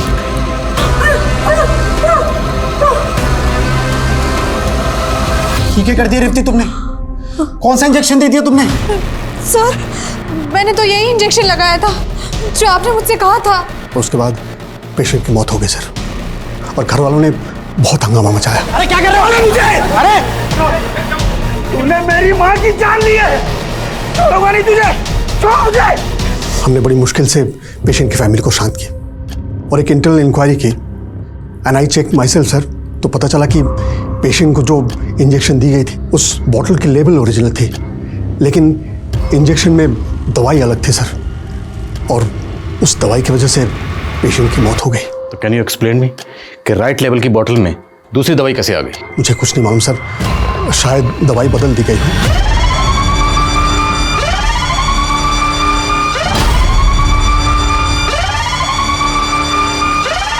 तो आपको ये तो मालूम होगा कि दवाई बदली किसने? I just don't know sir, लेकिन हम लोग इंटरनल इंक्वायरी कर रहे हैं। जिस दिन ये सब हुआ उस दिन की सीसीटीवी फुटेज कहाँ है? मैनेजमेंट के प्रेशर की वजह से वो सारी फुटेज डिलीट कर दी गई थी। डॉक्टर नकुल और डॉक्टर संयुक्ता कहाँ हैं? सर, हमने उन दोनों को कंपल्सरी लीव पर भेज दिया है। आपके पास उन दोनों की डिटेल्स होगी? जी सर। पायल, हमें पता चला तुम वहाँ मौजूद थी जहाँ वो पेशेंट गलत मेडिकेशन की वजह से मारी गई थी। हमने तुमसे कहा था कि कुछ भी मत छुपाना, तुमने हमसे इतनी बड़ी बात छुपाई। मैम, हमें इंस्ट्रक्शंस थे कि इस केस के बारे में कहीं कोई बात लीक नहीं होनी चाहिए। मैम, मुझे नहीं मालूम कि वो मेडिसिन किसने चेंज की थी, लेकिन मैंने खुद देखा था कि डॉक्टर रेवती ने डॉक्टर नकुल के कहने पर ही वो इंजेक्शन पेशेंट को दिया था।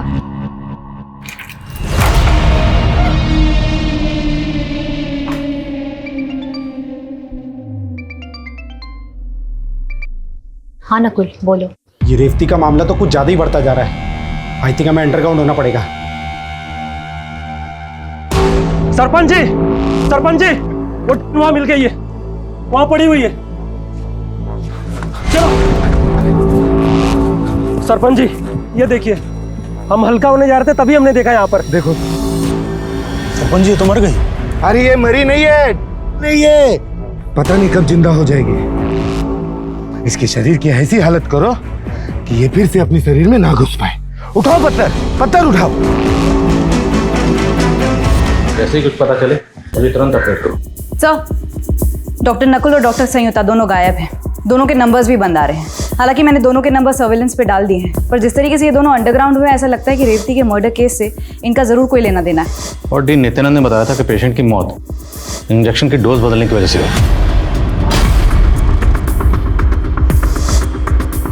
तो क्या डोज बदलने में इन दोनों को कोई हाथ हो सकता है? और जिस लेडी की मौत हुई थी उनके फैमिली मेंबर में से किसी ने डॉक्टर रेवती को जान से मारने की धमकी दी थी। तूने मेरी माँ की जान ली है, छोड़ूंगा नहीं तुझे। क्या डॉक्टर रेवती उसकी नफरत का शिकार हुई? जरा उस लड़के के बारे में पता लगाओ। सर, डॉक्टर मनीष का पता चल गया है, हमने उसको कस्टडी में ले लिया है। मैंने रेवती के साथ कुछ नहीं किया। पहले कुछ दिखा रहे हैं, जरा देख लो फिर बात करते हैं।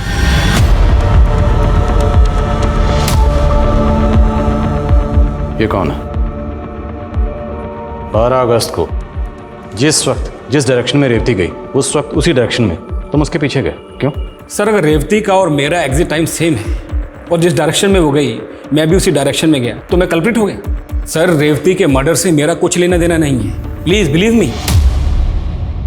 सर, रेवती के कॉल रिकॉर्ड में एक आनंद नाम के लड़के का नंबर मिला है जो इंदौर के एड्रेस पर रजिस्टर्ड है। सर, 12 अगस्त को आनंद का फोन भी शिवाजी नगर में एक्टिव था जहां रेवती का फोन बंद हुआ था। इंदौर? रेवती भी इंदौर की रहने वाली थी।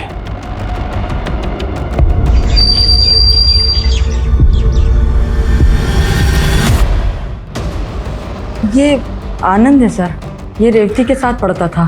क्या आनंद का रेवती के साथ अफेयर था? नहीं सर, रेवती और आनंद तो अच्छे दोस्त थे, हमें कभी ऐसा नहीं लगा कि इन दोनों का अफेयर था। पर यह लड़का आनंद लगातार आपकी बेटी के टच में था, उसे बार बार फोन करता था, यहाँ तक कि आपकी बेटी से मिलने यहाँ मुंबई भी आता रहता था। आप लोगों को इस बारे में कुछ भी नहीं पता? नहीं सर।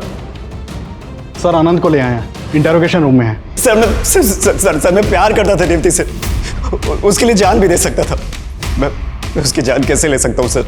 रेवती का कत्ल हुआ 12 अगस्त को और उसका फ़ोन शिवाजी नगर में 12 अगस्त को स्विच ऑफ हुआ और तेरा फ़ोन 12 अगस्त को शिवाजी नगर में एक्टिव था। कैसे? क्या करा था वहाँ पर? शिवाजी नगर में मैं रेवती से मिलने वाला था, लेकिन हम फिर मिले नहीं।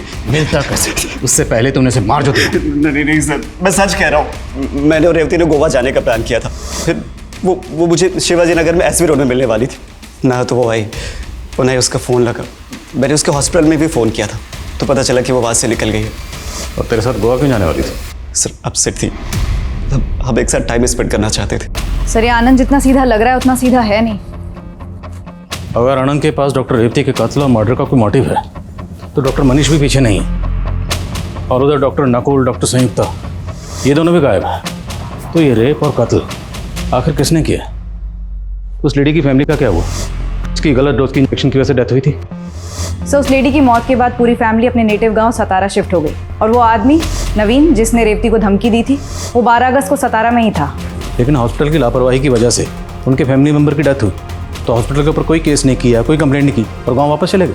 हाँ सर, क्योंकि हॉस्पिटल वालों ने पैसे देकर उनका मुंह बंद कर दिया था। ये हॉस्पिटल? सर, मैंने रेवती के कॉल रिकॉर्ड चेक किए।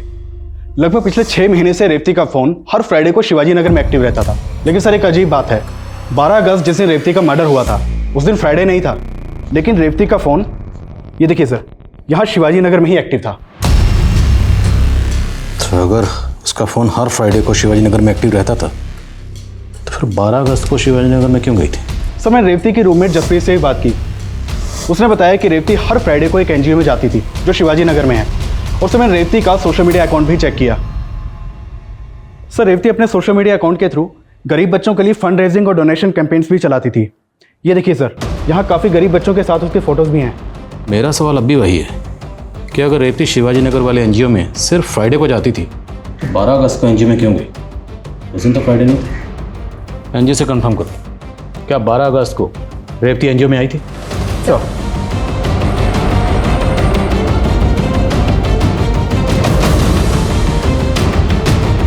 ये बात सच है मैडम कि रेवती यहाँ बच्चों के साथ वक्त बिताने आती थी, लेकिन 12 अगस्त को संडे था, वो उस दिन यहाँ नहीं आई थी। तो फिर वो इस एरिया में और कहाँ जा सकती है? क्या आपको कोई आइडिया है आसपास कोई ऐसी जगह जहाँ वो आती जाती हो? नहीं, इस बारे में तो मुझे कुछ नहीं मालूम, लेकिन हाँ 10 अगस्त को यहाँ आई थी। बाय बच्चों, bye, see you guys, bye bye bye.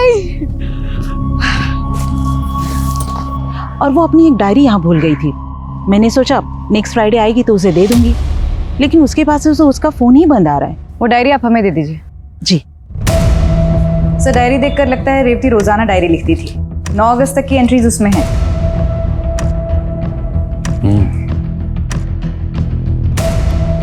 जिंदगी तो इतनी बड़ी सजा भी है। मैंने सोचा ना था, काश मैं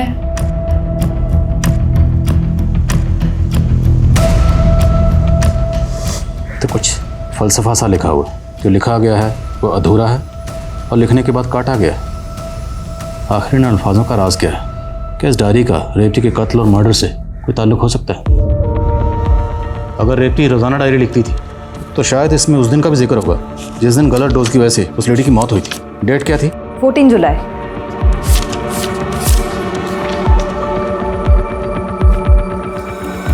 आज कुछ लिखने का मन नहीं कर रहा, पर सोच रही हूँ कि शायद लिखने से कुछ मन का बोझ हल्का हो जाए।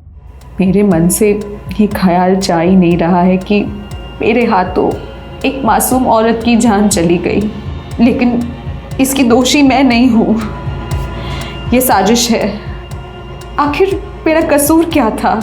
सिर्फ इतना कि मैं एक अलग कम्युनिटी से बिलोंग करती हूँ। उन्होंने इस बात का बदला लिया मुझसे। अरे वाह, एक और प्रमोशन। ऐसा क्या जादू कर दिया तुमने मैनेजमेंट पे जो तुम पे इतना मेहरबान हो रहा है? हाँ? ये कोई जादू नहीं है, मेरी काबिलियत है, मेरा डेडिकेशन है। लेकिन आप लोग उसे कहाँ? एक्सक्यूज मी, तुम तो डॉक्टर बनने के भी लायक नहीं हो, लेकिन तुम्हारी कम्युनिटी के स्टूडेंट्स को ना इतनी रियायत मिलती है कि कम नंबर लाकर भी तुम्हें डॉक्टर डिग्री मिल गई। पर और डिग्री मिलते ही अपना उसने का जादू चलाना शुरू कर दिया। तभी तो डॉक्टर मनीष तुम पे इतना फेवर करता है ना। अब दोनों की सोच उतनी ही घटिया है जितनी डॉक्टर मनीष की। खैर, वक्त बता देगा कि ईमानदारी कभी नहीं हारती। वक्त जरूर बताएगा, लेकिन हमें नहीं, तुम्हें। देख लेना। चलो। इस डायरी में तो इस बात का जिक्र है कि इंजेक्शन की डोज डॉक्टर नकुल और डॉक्टर संयुक्ता ने बदली थी। यस सर, हम डॉक्टर नकुल और डॉक्टर संयुक्ता के बारे में पता ही कर रहे थे कि डॉक्टर संयुक्ता का फ़ोन अक्सर पुणे में एक्टिव रहता है, ये पता चला। और उसके दूर के मामा भी पुणे में रहते हैं। उठाओ। सर।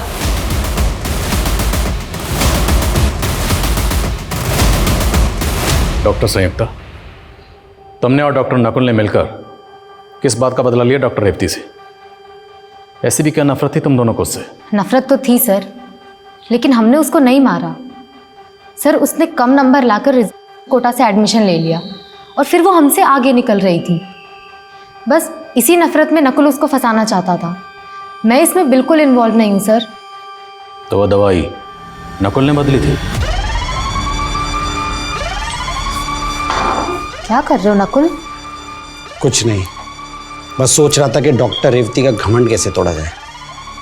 मतलब?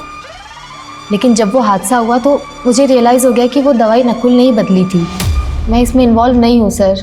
डॉक्टर नकुल इस वक्त कहाँ है? डॉक्टर नकुल इस केस में एक ऐसा सस्पेक्ट था जो पुलिस की पहुंच से दूर था, लेकिन डॉक्टर संयुक्ता, डॉक्टर मनीष, डॉक्टर नित्यानंद और डॉक्टर रेवती पर जानलेवा हमला करने वाला नवीन और डॉक्टर रेवती का बॉयफ्रेंड आनंद भी पुलिस की रडार में थे। देखते ही देखते 2 महीने गुजर चुके थे, लेकिन ये केस किसी भी नतीजे पर नहीं पहुंच पा रहा था और अपनी बेटी के लिए इंसाफ की गुहार लगाने वाले रेवती के माता पिता अब नाउम्मीद हो चुके थे।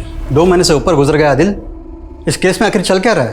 सर, हम डॉक्टर रेवती से जुड़े हर एंगल की तहकीकात कर रहे हैं, बट एज ऑफ नाउ हमें कोई स्ट्रॉन्ग एविडेंस नहीं मिला है। पहले हमें लग रहा था कि डॉक्टर नकुल का इस केस से स्ट्रॉन्ग कनेक्शन होगा, इसलिए उसे जयपुर एयरपोर्ट से अरेस्ट भी किया गया। हालांकि वो ये तो मानता है कि इंजेक्शन की दवा उसने बदली थी, पर सर डॉक्टर नकुल का डॉक्टर रेवती के रेप और मर्डर से कोई कनेक्शन नहीं मिला। सब कुछ बहुत प्लानिंग के साथ किया गया है। सर, ऐसा लग रहा है जैसे क्रिमिनल्स ने हमारे लिए कोई क्लू नहीं छोड़ा। देखो, मैं लोकल पुलिस से शिवाजी नगर एरिया का क्राइम डाटा एनालाइज कर रहा था। इनकी रिपोर्ट काफ़ी सरप्राइजिंग है। I think you should have a look at it once. Sure sir. जय हिंद।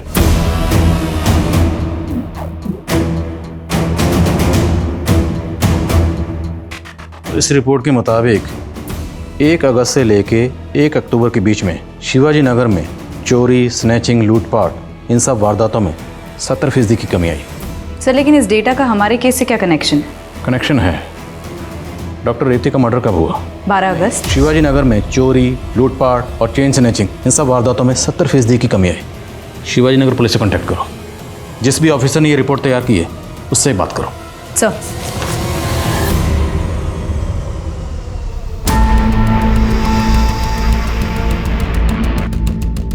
जैसी रिपोर्ट आती है मुझे अपडेट करो। सर, मेरी शिवाजी नगर पुलिस से बात हुई। उनका एक ऑब्जर्वेशन है, शिवाजी नगर में एक सिग्नल के पास कई भिखारी बैठते थे जो अगस्त महीने की शुरुआत से ही गायब हैं। लोकल पुलिस को लगता है कि इन क्राइम्स में उन लोगों का हाथ हो सकता है। और अगस्त में ही डॉक्टर रेवती का कत्ल और रेप हुआ।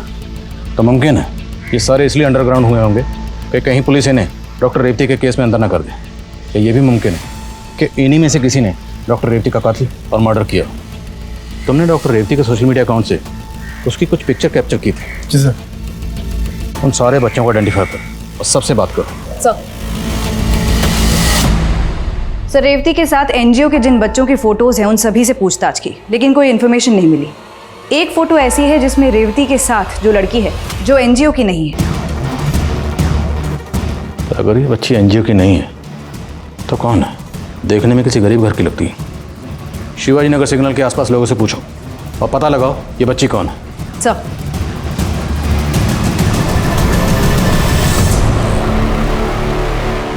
इस छोटी बच्ची के बारे में कुछ जानते हो? साहब इस बच्ची को तो मैंने कई बार देखा है। वो पास के सिग्नल पे वहाँ पे जो गाड़ियाँ रुकती थी ना, उनको अपने छोटे मोटे सामान बेचा करती थी। ये बता सकते हो कि बच्ची अभी कहाँ मिलेगी? साहब इतना तो नहीं पता, लेकिन हाँ इस बच्ची का एक बड़ा भाई भी है जो कि जड़ी बूटियाँ बेचा करता था एक वैन में, और इसका और इसके बड़े भाई का काफ़ी दिनों से कोई अता पता नहीं। इस बच्ची और इसके भाई के बारे में कुछ और जानते हो? साहब इतना तो नहीं पता, लेकिन हाँ इतना बता सकता हूँ कि ये झारखंड के रहने वाले हैं, फूलपुर गाँव के।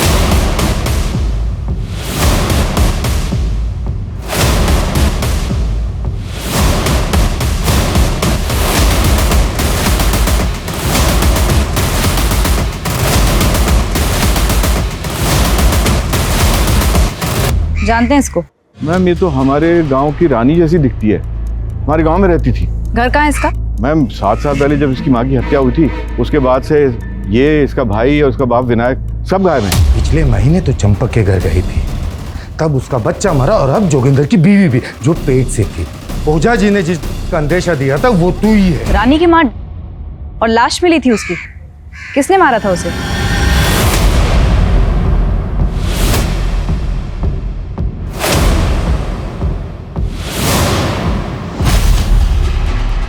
देखिए साहब, इस बच्ची के बारे में तो हमें नहीं पता। वैसे 7 साल हो गए थे रानी को देखे। अब इस वक्त उसके पिताजी, उसके भाई कहाँ रहते हैं हमें कुछ नहीं पता। लेकिन हमें पता है कि 7 साल पहले आपने रानी और उसके परिवार के साथ क्या किया था। आप ये बताइए, रानी का भाई और उसका बाप विनायक कहाँ है? देखिए ये सब तो हमें नहीं पता, लेकिन हाँ कुछ दिन पहले तक हमें बार बार फोन आता था। हेलो हेलो, हाँ मुखिया जी, हम विनायक के बेटे प्रिंस बोल रहे हैं। हमको अपने पापा से बात करना है, आप उनको बुलवा सकते हैं? अरे क्यों परेशान करते हो? कितनी बार कहा है तुम्हारे पिताजी इस गांव में नहीं रहते? साहब वो लगातार हमें फोन करता रहा, हम इतना परेशान हो गए थे कि गुस्सा आके फोन ही तोड़ दिए। जिस नंबर से आपको बार बार फोन आ रहा था वो नंबर दीजिए। क्या है ना, पुराना फोन था तो सामने वाले का नंबर नहीं आता है। वो फोन कब आया था, किस दिन आया था, कितने बजे आया था, ये तो याद होगा ना आपको? सर, सरपंच को जिन जिन डेट्स पर रानी के भाई का फोन आया था उनमें से मैंने 3 नंबर्स आइडेंटिफाई किए हैं जो शायद रानी के भाई के हों। थाने बुला लूं तीनों को? No, don't call. अगर इन तीनों में से कोई भी इस जुर्म से कनेक्टेड हुआ तो अलर्ट हो जाएगा, फरार होने के पूरे चांसेस हैं। चूहे का अगर उसके बिल से बाहर निकालना है तो उसे रोटी का टुकड़ा डालना होगा। डालो टुकड़ा। हेलो सर, मैं इजी लॉटरी से बोल रही हूँ। आपका नंबर एक लकी ड्रॉ में सिलेक्ट हुआ है, कॉन्ग्रेचुलेशंस। आपको 50,000 तक के गिफ्ट दिए जाएंगे। वो गिफ्ट हम खुद आप तक पहुंचाएंगे। आप अपना एड्रेस दीजिए प्लीज। हाँ हाँ ठीक ठीक, आप पता लिखिए। 25।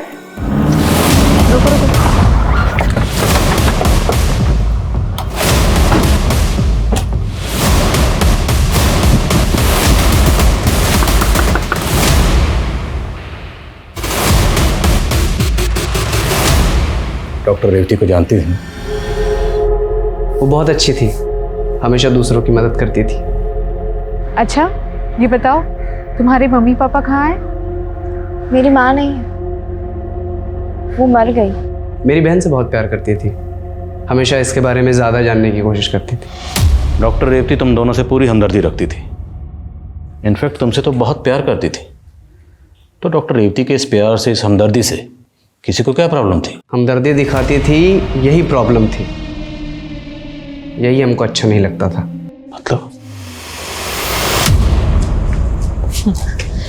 दीदी दीदी मेरी सहेली बहुत बीमार है, हमें आपकी मदद चाहिए, उसको अस्पताल लेकर जाना पड़ेगा।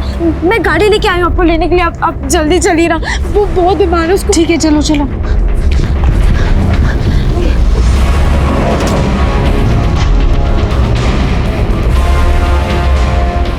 अरे ये तो हॉस्पिटल का रास्ता नहीं है, कहाँ जा रहे हैं हम? शॉर्टकट से जा रहे हैं।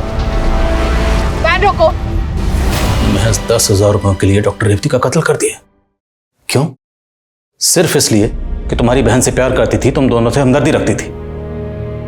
उससे पहले जो तूने इतनी चोरियां की, वो किसकी हमदर्दी का बदला था? माँ की मौत के बाद ही आत्मा मर गई थी साहब। सिर्फ पैसा नजर आता था। अगर पैसा होता ना तो हमारी माँ नहीं मरती।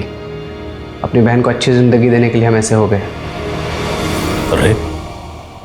रेप क्यों किया?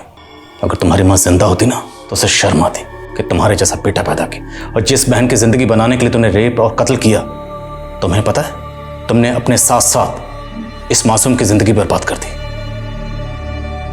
रेवती एक ब्राइट डॉक्टर थी, लेकिन सिर्फ कुछ पैसों के लालच में उसकी हत्या कर दी गई, जिससे उसके माता पिता समेत सब लोग सकते में हैं। इस खबर के बाहर आने के बाद वहां के डीएम ने जांच के आदेश दिए और 7 साल पुराने इस केस में दोबारा से इन्वेस्टिगेशन शुरू हुई।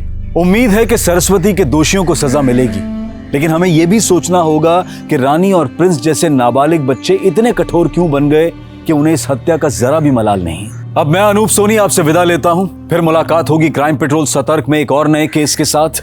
तब तक अपना और अपने परिवार का ख्याल रखें, सतर्क रहें, सुरक्षित रहें और देखते रहें क्राइम पेट्रोल सतर्क। जय हिंद। क्राइम पेट्रोल के और भी दिलचस्प कहानी देखने के लिए हमारे चैनल को सब्सक्राइब करें और बेल आइकॉन दबाना न भूलें।